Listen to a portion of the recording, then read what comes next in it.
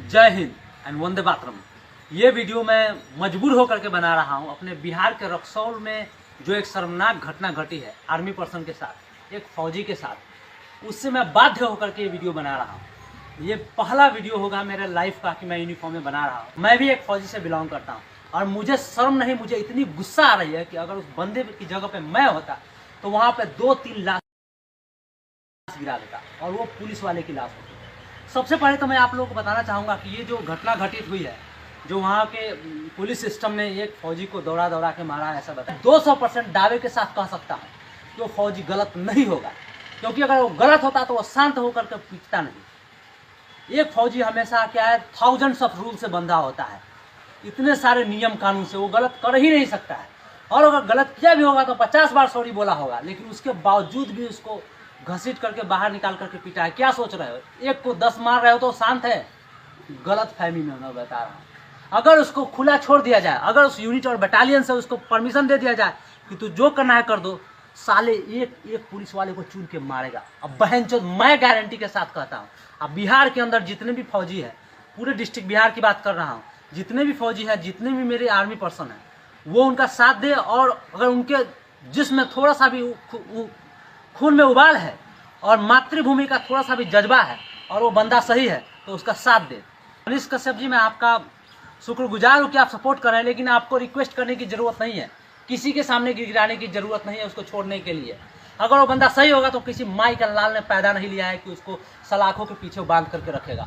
और सबसे ज़्यादा शर्मनाक बात यह है, वो जिस यूनिट और जिस बटालियन, जिस रेजिमेंट से वो बिलोंग करता है, वहाँ की कमांडर की, वहाँ के सीओ की और वहाँ के ऑफिसर्स की, वो क्यों शांत बैठे हैं? उनका एक बंदा एक सिविल सिस्टम में जा करके और बिना गलती के, अगर सपोज छोटी सी गलती किया होगा, वो रॉन्ग साइड में एंट्री मार दिया तो क्या हो गया? वो सॉरी बोल दिया होगा, उसको पता नहीं होगा। फौजी ऐसे भी सिविल में बहुत कम ही घूमता है, तो उसको नहीं पता होगा, कभी छुट्टी में आया होगा, अपनी वाइफ और बच्चे को ले जा रहा था और उसके साथ ऐसी घटना घटी है। उसके बावजूद भी, सॉरी बोलने के बावजूद भी उसके साथ इतना शर्मनाक घटना, जो कि पूरे भारत भर में अभी वीडियो वायरल हो रहा है। कितने शर्म की बात है। हर एक फौजी को शर्म से डूब मरना चाहिए, और उससे पहले उस यूनिट और उस रेजिमेंट और उस बटालियन को शर्म से डूब मरना चाहिए जिसके बंदे के साथ ऐसी घटना घट रही है और शांत अपना यूनिट में बैठा हुआ है, वो कुछ नहीं कर रहा है। और यहाँ के सिस्टम से गिराने की जरूरत नहीं है। मनीष कश्यप जी, आपको गिराने की कोई जरूरत नहीं है। वो बंदा उस सलाखों के पीछे रहेगा और देखते हैं कौन उसको बंद करके वहां पे रखता है। और हम अपने पूरे बिहार के सभी फौजी भाइयों से कहते हैं, हम सब जो भी है यहाँ पे छुट्टी पे या कहीं भी किसी यूनिट में, कहीं भी रेजिमेंट में, उनको, वो उनके ऊपर नहीं हुआ है, एक वर्दी के ऊपर हुआ है। ये वर्दी के ऊपर दाग लगा है और वर्दी के ऊपर उंगली उठाया। अगर आप लोग कुछ नहीं करेंगे तो ये कल हो सकता है कि आपके ऊपर भी ये चीज हो सकता है, राइट। और बिहार में सबसे बड़ी बात चीज मैं बता दूं, आपके पुलिस सिस्टम में, चाहे वो एसपी और DSP, IG, DIG, any one of them, I guarantee कि नन ऑफ देम बात करने का तजुर्बा और तरीका ही नहीं पता है। ये ऐसे बात करते हैं ना कि आप सुनेंगे ना तो आपको सुनते ही गुस्सा आ जाएगा, बोलेगा ए। लेकिन फिर भी हम डिसिप्लिन्ड है, हम उस चीज को ओवरलुक कर देते हैं। और हम ही नहीं, बिहार के जितने भी फौजी हैं, लेकिन उसके बावजूद भी इसके साथ ऐसी घटना घट रही है। तो भाई तुम चिंता मत करो, यहाँ पे बिहार के अंदर जितने भी फौजी हैं, हम सब तुम्हारे साथ हैं। और हमारा देखते नहीं, बिहार के रूप किसी भी जिला में हो, चाहे कहीं भी हो, पूरे ऑल ओवर इंडिया में जो आर्मी का रिपुटेशन खराब करने की कोशिश किया है ना, एक एक बंदे के ऊपर 10-10, अरे अगर असली मर्द के औलाद होते तो अकेला क्या 10 भी होते ना, और आउट ऑफ रूल उसको बता करके देते, एक एक को घसीट कर नहीं मारता ना, तो फिर मेरा भी। और मैं मुजफ्फरपुर का रहने वाला हूँ और मेरा नाम ओम प्रकाश है, ठीक है, मुजफ्फरपुर जिले का हूँ, एक इंडियन आर्मी से बिलोंग करता हूँ। सर्विस मिलना हो मेरे से मिलना, और जिस पुलिस वाले को मिलना है, जिसका एड्रेस लेना है, मेरा नंबर नोट करो 9162723976। I will be there 24 hours, I will be there. और जरूरत पड़ी तो मैं छुट्टी लेकर के मिलने के लिए आऊँगा। और घर वाले, जो भी ये फौजी भाई के साथ जो घटना घटित हुई है, उनके घर वाले को रोने की जरूरत नहीं है, ना गिराने की जरूरत है। वो खुद छोड़ेगा, उसके सलाखों में ना उसके बाजू में इतना दम है कि एक फौजी को कैद कर ले। और हम सभी भाई से निवेदन करते हैं कि सभी एक साथ जुट होकर के चले और वहां पे उसका साथ दे।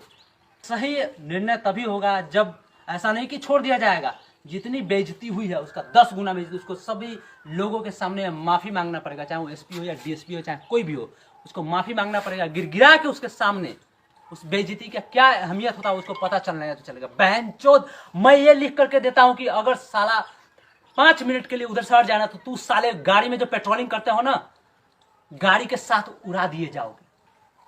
कहां जाएगा ना शरीर का चिथरा चिथरा भैंचोद पता नहीं चलेगा। पेट्रोलिंग तुम्हारी इधर ही रह जाएगी, हवा हो जाओगे सीधा। वो तो उस फौजी की देन है जो उसको एंट्री नहीं करने देते आतंकवादियों को, समझ रहे हो। तो इधर जो घूमते हो ना, चक्कर लगाते हो और इधर वर्दी पहन करके दादागिरी दिखाते हो। पुलिस की वर्दी दादागिरी करने के लिए नहीं दी गई है, यहाँ के सिस्टम की सुरक्षा के लिए दी गई है, लोगों की सुरक्षा के लिए, और आप उसका हनन कर रहे हो। हमारे जैसा होता मैं उधर ही मार डालता। 10 एक के पीछे 10 पड़े थे ना, 5 को तो उधर ही सुला देता, उसके बाद बात करता नियम कानून। मैं बता रहा हूं। और मर्दानगी दिखाते हो, एक के ऊपर 10-10 भीड़ करके मार रहे हो। और वो शांत से फौजी एक नियम कानून में बंधा हुआ व्यक्ति शांति से सुन रहा था, तो उसका मजाक बना दिया आप लोगों ने। खबरदार अगर दोबारा ऐसा हुआ तो। और भाई तुम चिंता मत करो, हम पूरे बिहार के फौजी को इकट्ठा कर रहे हैं और हम पूरे हिम्मत के साथ कोशिश कर रहे हैं कि सारे इकट्ठा हो तुम्हारे साथ। और उस व्यक्ति को जिसने तुम्हारे साथ, चाहे वो पुलिस सिस्टम ही क्यों ना हो, सरकार भी तुम्हारे साथ है और सरकार तुम्हारा ही साथ देगी। क्योंकि मैं देखता हूं बिहार में कितनी दादागिरी है पुलिसों की, और ये दादागिरी नहीं चलेगी। तो मैं जल्द से जल्द इकट्ठा कर रहा हूं, तुम चिंता मत करो।